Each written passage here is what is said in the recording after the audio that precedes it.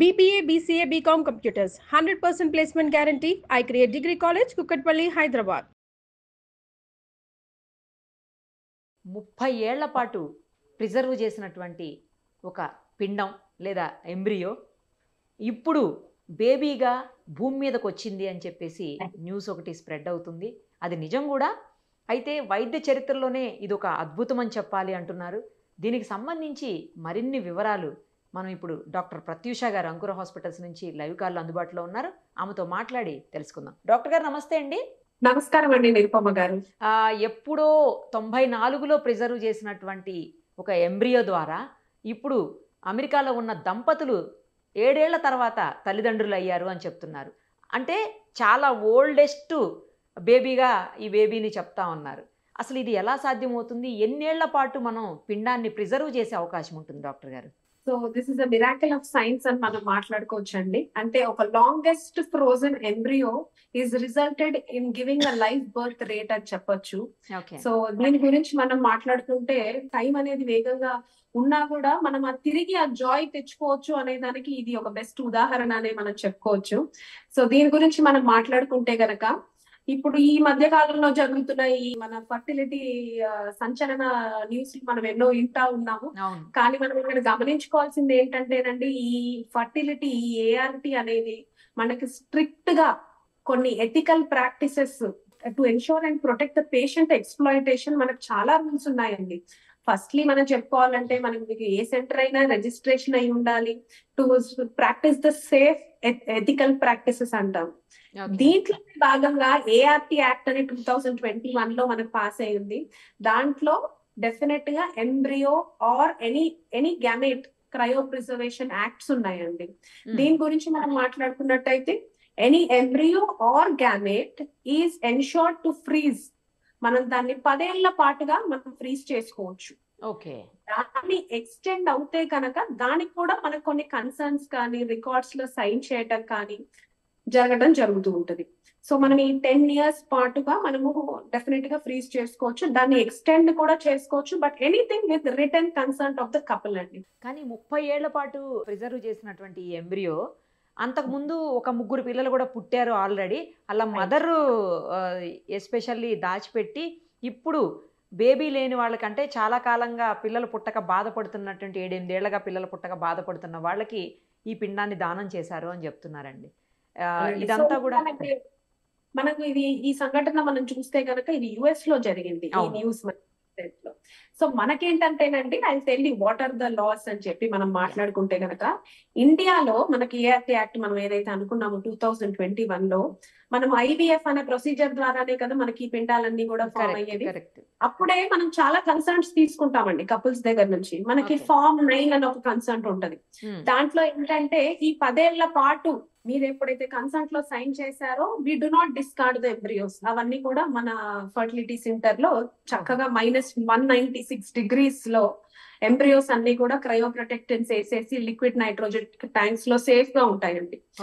ఈ మనకి ఒకవేళ మనము ఈ కన్సెంట్ లో ఏమని ఫార్మ్ 9 లో మనము ఆ కపుల్ ని మనము అడుగుతామంటే in any unforeseen situations couple separate అవ్వచ్చు, లేకపోతే any untoward situations in couple ఎవరికైనా డెత్ అవుతే గనక మరి ఈ పిండాలకి మనం ఎవరికి అప్పు చెప్తాం అనే దానిపైన మనకు ఆప్షన్స్ ఎలా ఉంటాయి అంటే, మరి ఒకవేళ మీ డెత్ అవుతే గానీ మీరు సపరేట్ అవుతే గానీ దాన్ని ఏమన్నా డిస్కార్డ్ ఏమన్నా చేయొచ్చా అనే దాని మీద మీరు ఎంచుకొని సైన్ అన్నా పెట్టచ్చు.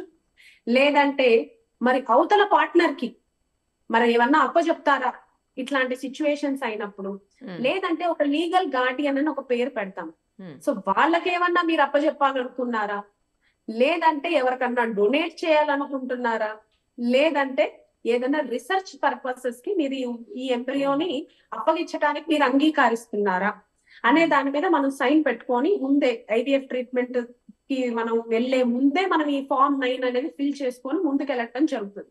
ఈ కాలమ్స్ అనేవి వైఫ్ కి అవైల్ అవుతాయి, హస్బెండ్ కూడా మనం ఈ ఆప్షన్స్ అనేది ఇవ్వటం జరుగుతుంది. సో 10 years మటుకు మాత్రం ఆ ఎంబ్రియోస్ ని మనం ఏమి డిస్కార్డ్ చేయకుండా స్టోర్ చేయడం జరుగుతుంది బ్యాంక్ లో, ART బ్యాంక్స్ లో, రిజిస్టర్డ్ ART బ్యాంక్స్ లో. దాని తర్వాత మనం వాళ్ళ కన్సెంట్ మేరకు, ఇప్పుడు మనం ఈ ఇన్సిడెంట్ గురించి ఏదైతే మాట్లాడుకుంటున్నామో, తల్లి ఎవరైతే ఉన్నారో I think the couple got separated అండి. వాళ్ళ మదర్ ఫాదర్ సపరేట్ అయితే కనుక తిను ఒక క్రిస్టియన్ బ్యాంక్ కి డొనేట్ చేసినట్టుగా మనం చూస్తా ఉన్నాం. అయితే ఇప్పుడు మనం గమనించుకుంటే ఏంటంటే, మన ఇండియన్ లా యాక్ట్ లో donor identity is not revealed అండి. ఖచ్చితంగా కూడా మనం డోనార్, ఇప్పుడు ఈ మదర్ ఎవరైతే ఉన్నారో ఆ బేబీ పేరు ఫిలిప్ అని, లూయిస్ అని అన్ని చెప్తా ఉన్నారు. ఎవరైతే మదర్ డొనేట్ చేశారో వాళ్ళ బేబీకి 35 years, మళ్ళీ వాళ్ళ ఈ కపుల్ కి డొనేట్ చేసుకుంటే వాళ్ళకు బేబీ పుట్టారని ఉంది. కానీ మన లాలో ఏంటంటేనండి, స్ట్రిక్ట్ గా donor identity is not revealed to the couple అండి. డొనేట్ చేసినా కూడా ఇది అనానమస్ డోనార్స్ అంటాం అన్నమాట. సో దాంట్లో మాత్రం ఖచ్చితంగా మనం డోనార్ ఐడెంటిటీ మాత్రం రివీల్ చేయకుండా, వాళ్ళు అంగీకరించిన విధంగానే ముందే ట్రీట్మెంట్ ముందే మీరు ఈ 10 ఏళ్ల తర్వాత ఇట్లా, లేకపోతే మాకు ఇట్లా అయితే ఇట్లా చేసుకోండి అని చాలా ఎథికల్ గా మనం డెసిషన్ తీసుకుంటామండి. జనరల్ గా 10 ఏళ్ల పాటు ప్రిజర్వ్ చేస్తారంటున్నారు, కానీ ఈ కేసులో 30 ఏళ్ళు దాటింది అంటున్నారు.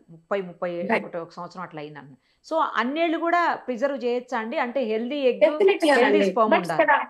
ఇక్కడ ఆశ్చర్యకరమైన అండ్ మంచి విషయం ఏంటంటే, నార్మల్ గా ఫ్రీజింగ్ టెక్నిక్స్ అంటాం.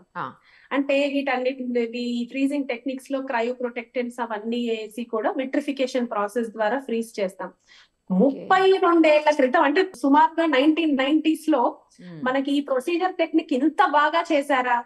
ఎంబ్రియో ఇంకా కూడా ఏంటంటే 25 to 30 years కూడా ఎంబ్రియో చక్కగా మనం ఫ్రీజింగ్ టెక్నిక్స్ చక్కగా ఉపయోగిస్తే డెఫినెట్ గా క్రయో సర్వైవల్ రేట్ అంటారు. అంటే దాన్ని థా చేసినప్పుడు, మరి ఫ్రీజ్ చేసినప్పుడు ఏమవుతుందంటే దాని డివిజన్ అనేది ఆపేస్తున్నాం మనం. ఆపేసి దాన్ని ఎంబ్రియోని లోపల పెట్టే విట్రిఫికేషన్ ఫ్రీజింగ్ టెక్నిక్స్ ద్వారా లోపల పెడుతున్నాం. మరి అది థా చేసినప్పుడు కూడా దాని సర్వైవల్ రేట్ అంత గొప్పగా ఉంది అంటే ఇది డెఫినెట్ గా సైన్స్ ని అభినందించాల్సిన విషయమే. ఎంబ్రియాలజిస్ట్ ఎవరైతే ఈ ప్రొసీజర్ చేశారో ఆయనను కూడా అభినందించాల్సిన విషయమేనండి. అంత బాగా చేశారు 1990s లోనే అని చాలా గొప్పగా చెప్పుకోవచ్చు. ఇంకొకటి అండి, అంటే హెల్దీగా ఉన్నటువంటి ఎగ్ని, హెల్దీగా ఉన్నటువంటి స్పర్మ్ని తీసుకొని ఇన్విట్రో ఫెర్టిలైజేషన్ ద్వారా చేస్తారా అండి ఇది? రైట్ అండి. ఇంతకు ముందు IVF చేసేవాళ్ళు ఇప్పుడు ICSI చేస్తున్నారు. ఒక డిష్ పైన ఒక ఎగ్, ఏదైతే IVF ప్రొసీజర్ ద్వారా ఎగ్స్ అయితే ఏవైతే ఫీమేల్ లో పెంచుతామో ఆ ఎగ్స్ అన్ని కూడా ఒక డిష్ మీద పెట్టి స్పర్మ్స్ అన్నిటిని వదిలేస్తారండి. సో ఆ స్పర్మ్ తనంతట తానే వెళ్ళి ఎగ్ ని ఫర్టిలైజ్ చేసుకొని దే స్టార్ట్ డివైడింగ్. ల్యాబ్ లో మనం day 5, day 3 అన్నా కానీ day 5 అన్నా కానీ, but day 5 is more weightable because lab లో అంత డివైడ్ అవుతూ day 5 కి వచ్చింది, బ్లాస్టోసిస్ట్ స్టేజ్ కి వచ్చింది అంటే అది ఫర్దర్ గా హ్యూమన్ ఇన్ వైవో కూడా ఫర్దర్ గా మనకి డివిజన్ అయ్యి బేబీగా ఫామ్ అవుతుంది అనే కాన్సెప్ట్ తో మనము బయట ఎంబ్రియోని చేసి లోపల గర్భాశయంలోకి అమరించుకోవడం జరుగుతుందండి. ఇప్పుడు అలా పెట్టకుండా, గర్భాశయంలోకి పెట్టకుండా దీన్ని ఫ్రీజ్ చేశారు, అంతే కదా, స్టోర్ చేశారు. అంతే అంతే. అంటే మీరు గమనించుకుంటే ఇప్పుడు ఆవిడ ఎవరైతే ఎంబ్రియో డొనేట్ చేసిందో వాళ్ళ డాటర్ ఈ రోజు 35 years అని చెప్తా ఉన్నాను. సో ఈ బేబీ కూడా అప్పుడే పుట్టిండింటే ఇదే ఏజ్ ఉండేది ఇప్పుడు. అంతే అంతే గొప్పగా ఉండేది.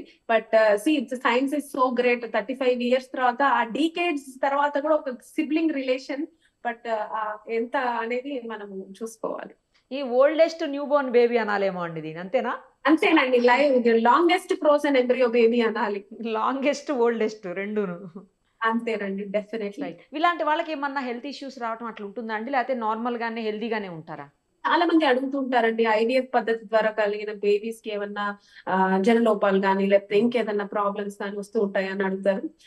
ఒకవేళ నార్మల్ ప్రెగ్నెన్సీలో మీ జీన్స్ లో, మీ కలయిక జీన్స్ లో, అంటే మీ జీన్స్ కలిసినప్పుడు ఏదన్నా ప్రాబ్లం వచ్చే అవకాశాలు ఏమన్నా ఉంటే IVF పద్ధతి ద్వారా కూడా వచ్చే అవకాశాలు ఉంటాయి. కానీ ప్రత్యేకంగా IVF చేసినందువల్ల ఈ జనలోపాలు అనేది మనం ఏమి గమనించమండి.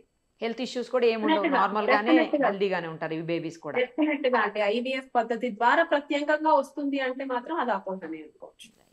థ్యాంక్ యూ అండి, చాలా ఇన్ఫర్మేషన్ అని చెప్పినందుకు. థ్యాంక్ యూ డాక్టర్ గారు. Thank you so much.